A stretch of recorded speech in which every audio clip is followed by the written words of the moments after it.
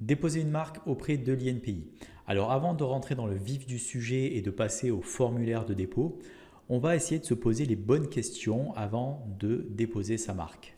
Donc on va aller dans la partie protéger vos innovations, protéger votre marque. Et là vous voyez qu'il y a 3 étapes préalables au dépôt de marque. En fait, ce n'est pas vraiment des étapes, c'est plutôt des questions que vous allez devoir vous poser. La première étape, ça va être de déterminer les produits et ou les services couverts par le dépôt. Donc, de toute façon, ça va de soi. Vous savez pour quel type de produit vous voulez déposer votre marque. Par contre, ce qu'on va essayer de faire déjà, c'est de trouver la classe de produit qui correspond au produit que vous vendez. Donc ici, c'est l'ensemble des classes pour lesquelles vous pouvez déposer une marque. Alors, voilà, regardez vraiment, faites une recherche, essayez de trouver votre produit. Par exemple, si je souhaite vendre des articles de maquillage, hop, je vais faire une petite recherche par maquillage. Voilà, donc c'est la classe 3 qui me conviendra.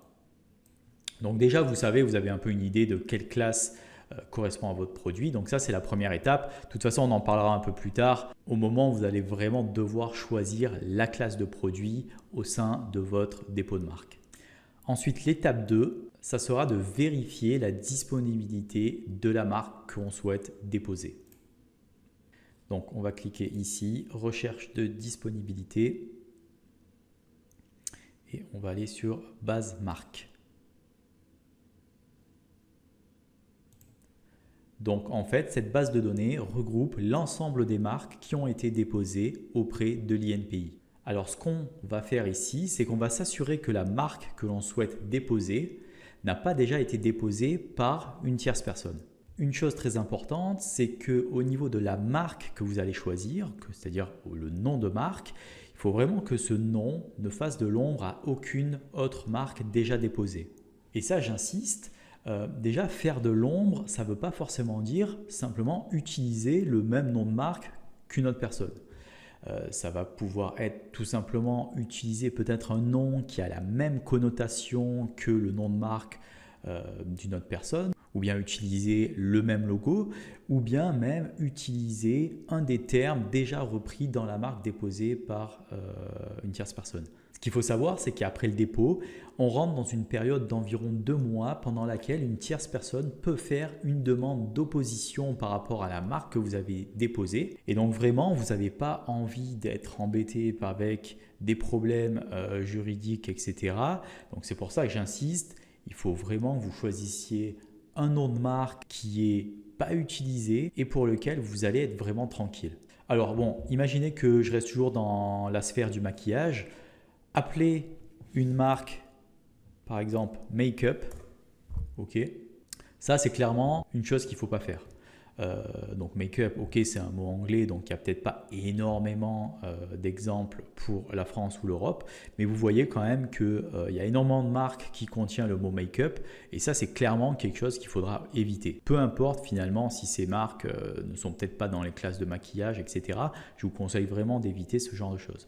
De manière alternative, vous allez pouvoir peut-être éventuellement rajouter des éléments qui font référence au make-up dans votre nom de marque, par exemple ici Make-up for Life. Hop, si on fait une recherche, il n'y a aucun résultat. Donc théoriquement, vous allez pouvoir déposer une marque qui s'appelle Make-up for Life auprès de l'INPI sans trop risquer d'avoir de problème. Ceci étant dit, personnellement, je ne déposerai pas cette marque. Okay. Pourquoi? Parce qu'il y a le terme make-up au sein de la marque. Make-up, c'est un terme qui est très utilisé, je veux dire, dans le monde entier. Et pour moi, c'est un risque qui est trop important. Donc, je préférais finalement me pencher vers quelque chose de différent, quelque chose qui est plus neutre, sur lequel j'aurai moins de risques d'avoir des demandes d'opposition. Encore une fois, déposer Make-up for Life, peut-être que ça fonctionnera très bien et qu'il n'y aura pas de souci. Voilà. Mais je préfère mettre toutes les chances de mon côté pour éviter tout problème de dépôt. Donc ce que je pourrais faire tout simplement, c'est utiliser un terme par exemple qui n'a rien à voir avec le maquillage. Voilà, un terme peut-être que vous aimez bien, une consonance que vous aimez bien. Par exemple, je vais prendre Cintus. Ici, a priori, Cintus n'a pas été déposé auprès de l'INPI. C'est un terme relativement neutre. Pour moi, il n'y a vraiment pas de souci à ce niveau-là, du moins à ce niveau-là de nos recherches de disponibilité. Ce que vous pouvez faire aussi, c'est aller dans la partie Data INPI qui se trouve ici et de chercher tout simplement le nom de marque que vous avez choisi. Donc là, vous allez aller dans Marque. Et voilà. Donc, vous avez vu que tout à l'heure, dans la base des marques INPI, quand j'ai tapé Cintus, il n'y avait absolument rien. Ici, ça va être un peu plus, voilà, ils vont trouver des termes qui sont un peu plus proches du nom de marque qu'on aura choisi. Donc là, on a synthèse, donc là, il n'y a vraiment aucun souci, ça ne sonne pas du tout pareil. Syntube, voilà, c'est différent. Par contre, vous voyez ici, il y a Cintus avec 2 S. Donc, si on clique sur ce dépôt, on voit que ça a été déposé en 2020, numéro de la marque, le déposant, etc. Hop, on voit que c'est une société a priori qui est en Bulgarie, donc ça c'est écrit en cyrillique aussi. Et au niveau de la classe qui a été choisie, c'est la classe 5. Donc la classe 5 a priori c'est tout ce qui est alcool à usage pharmaceutique. Donc si vous êtes et vous restez dans la sphère du maquillage, donc on a vu que c'était la classe 3, normalement il n'y aura pas de problème. Ok, parce que lui il est en classe 5, classe 3, maquillage, on est totalement à côté. Ceci étant dit, si demain voilà, vous voulez étendre votre catalogue avec peut-être vous savez, de l'alcool, démaquillant ou des choses comme ça, il faudra peut-être faire attention quand même. Okay. Mais ce qui est intéressant ici, c'est qu'on a interrogé donc vraiment la base INPI, c'est un peu une façon différente qu'on a vu précédemment. Et vous voyez qu'on arrive quand même à trouver des noms de marques qui utilisent déjà le mot Cintus et sur lequel on n'avait pas vu précédemment. Donc ça, c'est vraiment intéressant et il faut vraiment, je vous invite vraiment à le faire pour vous assurer que vous n'allez pas avoir de problème par la suite.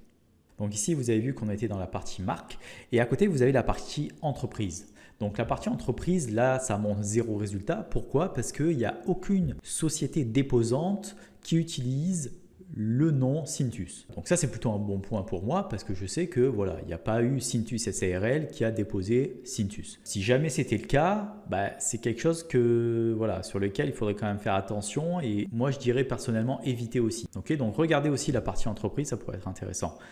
Là, ensuite, on a la partie brevet. Généralement, c'est un peu moins important. Le nom d'un brevet n'aura pas normalement la connotation Cintus, mais bon, on ne sait jamais, ça vaut quand même le coup de regarder.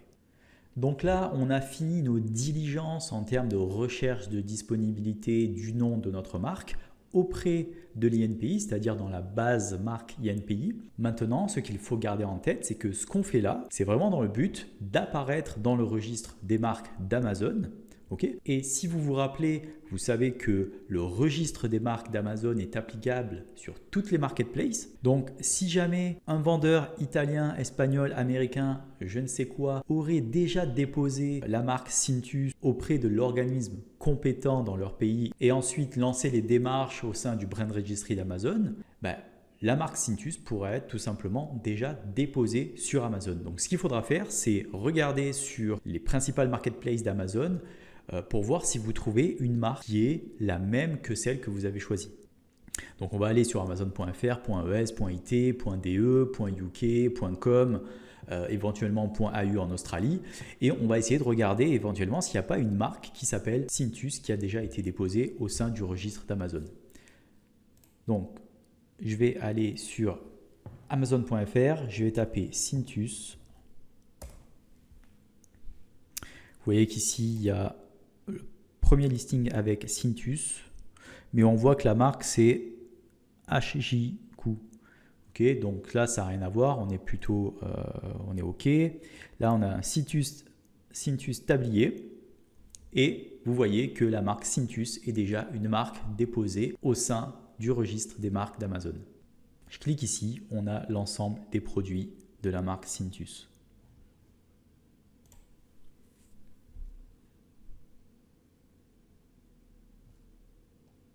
Donc si on clique sur le nom du vendeur, on voit que c'est un vendeur chinois.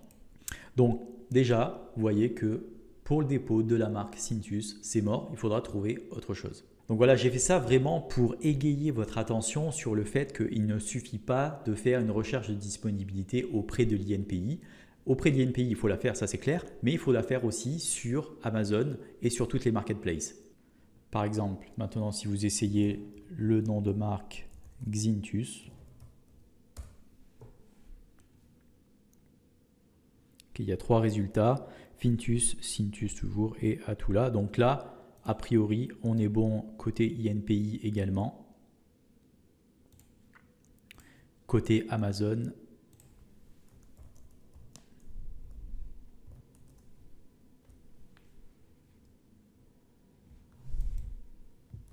sur Amazon.fr, il n'y a rien.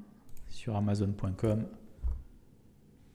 hop, il n'y a rien a priori. Donc je ne vais pas le faire sur toutes les marketplaces, mais voilà, vous avez compris l'idée derrière. Et le nom de marque Xintus, a priori, ça serait un nom de marque que je pourrais utiliser.